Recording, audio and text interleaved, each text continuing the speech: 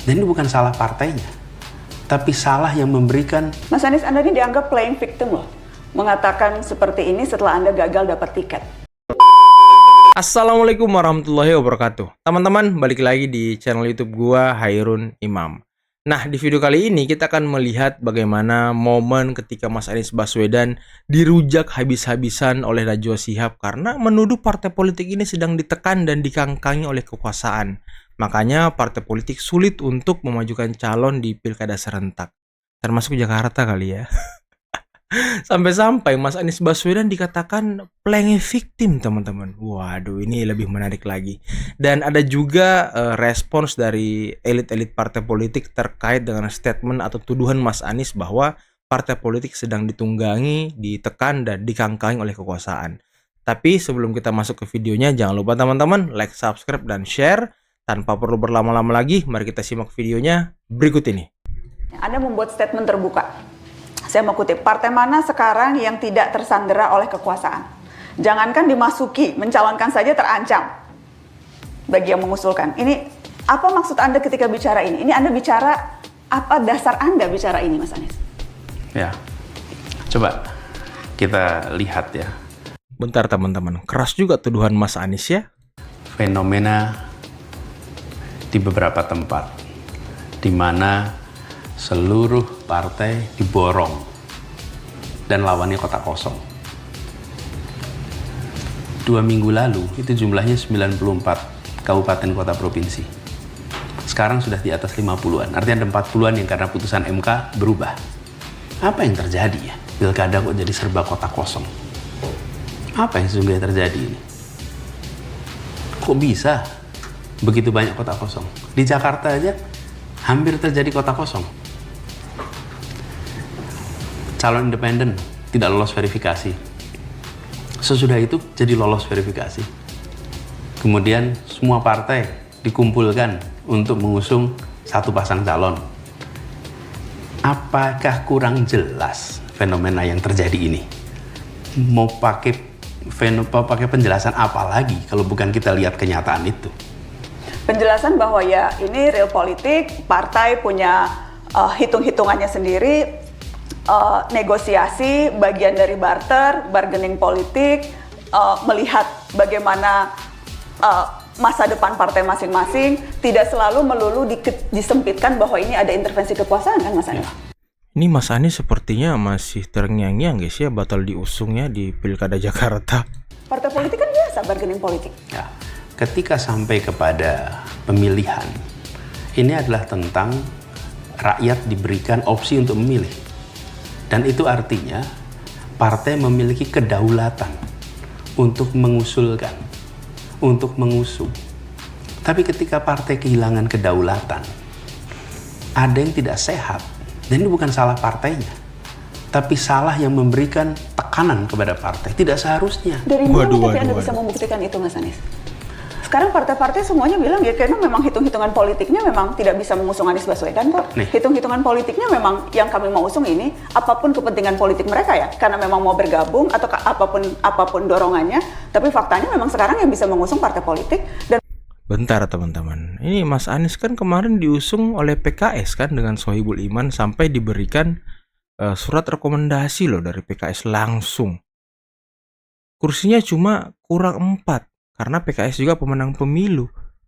Ya karena Mas Anies tidak bisa dapat kursi baru yang 4 itu ya udah. Mereka membuat keputusan-keputusan sendiri. Karena itu hormati keputusannya.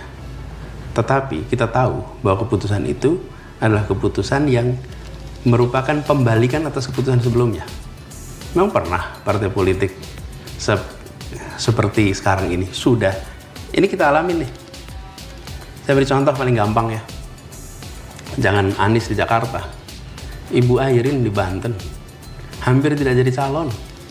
Wali kota 2 periode, sukses. Tokoh Golkar, surveinya di atas 50%, 60%. Kok bisa seperti ini hampir nggak bisa maju? Penjelasannya yang lain mungkin akan bisa bilang ya memang karena ada konflik internal Golkar. Erlangga baru saja diturunkan, Bahlil kemudian maju dan sebagainya. Ini memang perang internal. Selalu ada penjelasan yang bisa diberikan untuk setiap fenomena politik, Mas Anies. Tidak melulu semuanya kemudian menjadi ini intervensi kekuasaan. Kalau partai memiliki kedaulatan, sudah dari dulu-dulu partai itu akan nyalonin. Mana ada partai nggak mau nyalonin orang angkanya 60%. Anda dicalonkan oleh 3 partai politik kok ketika menjadi capres? Jangan Anies. Kenapa? Kok jangan Anies sih? Kan Anies dicalonkan PKS kemarin. PKB sudah declare juga DPW-nya. Apalagi teman-teman, Nasdem juga udah declare. Ya, tapi mungkin karena Mas Anies tidak bisa menyentuhkan partai ini lagi kali ya. Ya, sulit juga teman-teman. Ketika Anda bilang tersandera kekuasaan semua partai, faktanya ketika Anda maju menjadi capres, ada 3 partai politik yang mendukung Anda, padahal Anda bukan kader PKB, Anda bukan kader Nasdem, Anda bukan kader PKS, tapi Anda dapat tiket dari 3 partai. Ya. Itu kan tidak tersandera kekuasaan misalnya. Kita merasakan persis kenapa berinteraksi dengan pimpinan partai. Saya bersyukur sekali bahwa pimpinan partai seperti Nasdem, seperti PKB menceritakan apa adanya atas situasi yang dihadapi. Oke? Dan lebih rumit daripada Pilpres yang mereka hadapi. Karena itu saya sampaikan, saya hormati keputusan untuk tidak mengusung. Saya hormati keputusan itu. Karena mereka berhadapan dengan situasi yang tidak sederhana. Saya berikan ilustrasi. Pasca Pilpres situasinya lebih kompleks? Ya, lebih kompleks. Bahkan Nasdem tersandera apa guys? Kan menterinya udah tidak ada lagi di kabinet. Udah dicokok KPK semua ya kan? Harusnya kan udah nggak dikontrol kekuasaan lagi. Masa iya sih Nasdem dikontrol, PKS dikontrol, apalagi PKS? Saya sih nggak percaya teman-teman PKS dikontrol kekuasaan ya. Orang dia pemenang pilkada di Jakarta.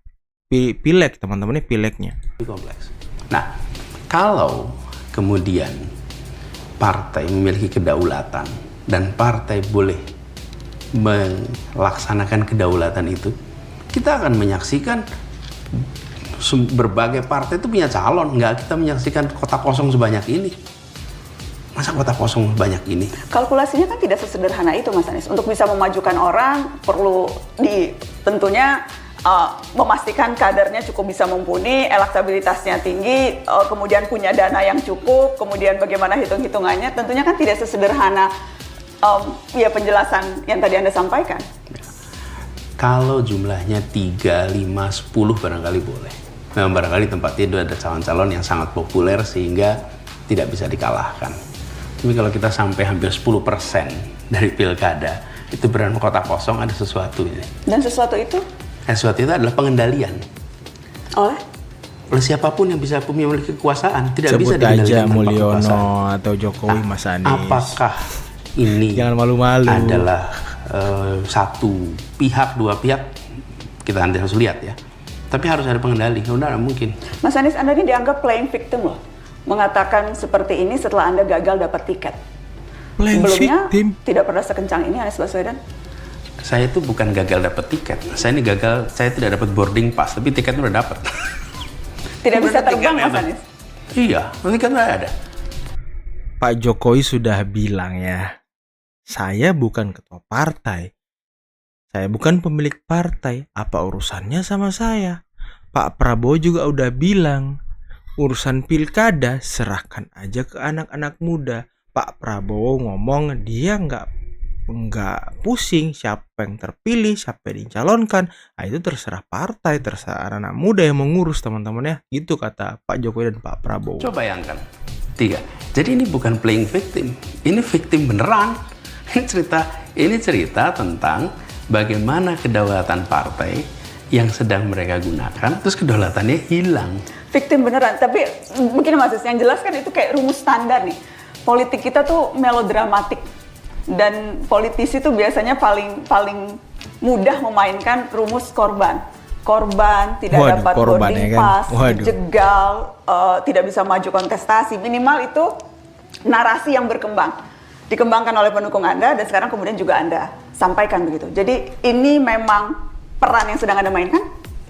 Ini adalah kenyataan yang disaksikan oleh rakyat Jakarta dan rakyat Indonesia. Ketika kenyataan disampaikan, coba kita lihat nih kenyataannya. Partai sudah mengusulkan, partai sudah memproses, kemudian satu-satu dalam posisi tidak bisa melanjutkan.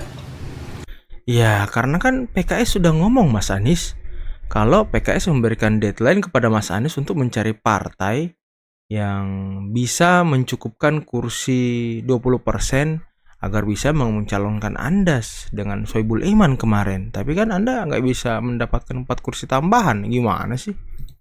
Nggak bisa melanjutkan.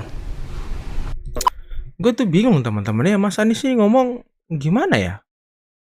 Partai tidak diberikan kedaulatan, sedangkan di Pilpres itu kan partai-partai masing-masing mencalonkan jagoannya. Mas Anies dicalonkan 3 partai. Pak Ganjar dicalonkan 3 partai juga, apa 2 partai gitu teman-teman ya.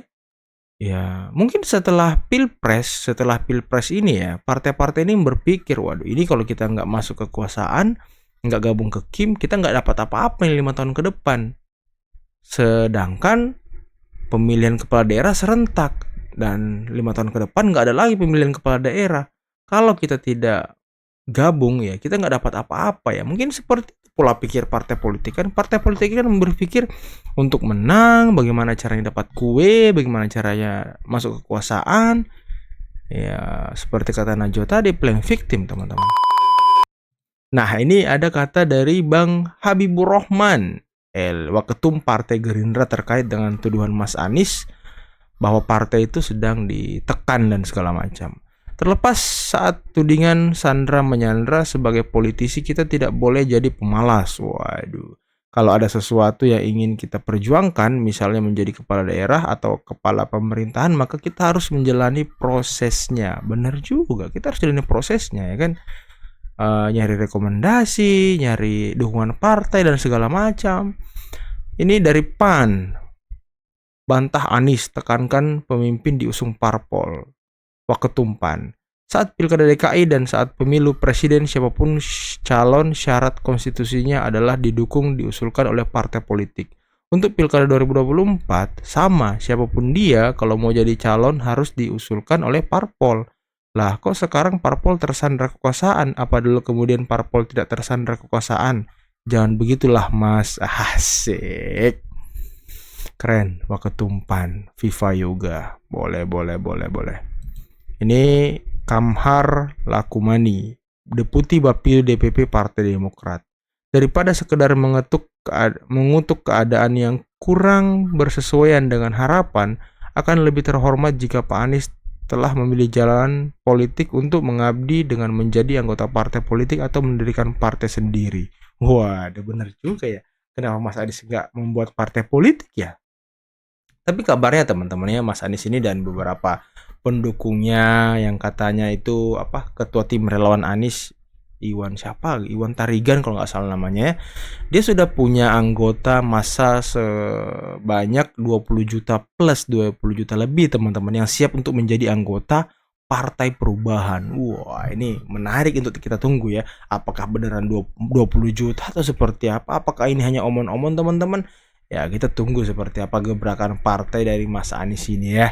Ya, karena ada beberapa akun di TikTok saya lihat ya sudah nama akunnya itu Partai Perubahan teman-teman. Wah, kita lihat nanti ke depannya bagaimana kiprah dan jalan politik Mas Anies bersama dengan partai barunya, Partai Perubahan, kalau memang jadi dibentuk. Wah, ini yang kita tunggu-tunggu. Apakah Mas Anies juga tersandra kekuasaan seperti tuduhan-tuduhannya sekarang, atau Mas Anies malah ingin ikut menikmati kekuasaan? Wah, ini yang harus dijawab nanti Mas Anies ketika sudah punya partai dan sudah menjalani karir politiknya teman-teman. Tapi oke lah teman-teman ya, gimana menurut kalian? Coba komen di bawah ya atas statement-statement dari Mas Anies terkait dengan Sandra menyandra, tekan menekan.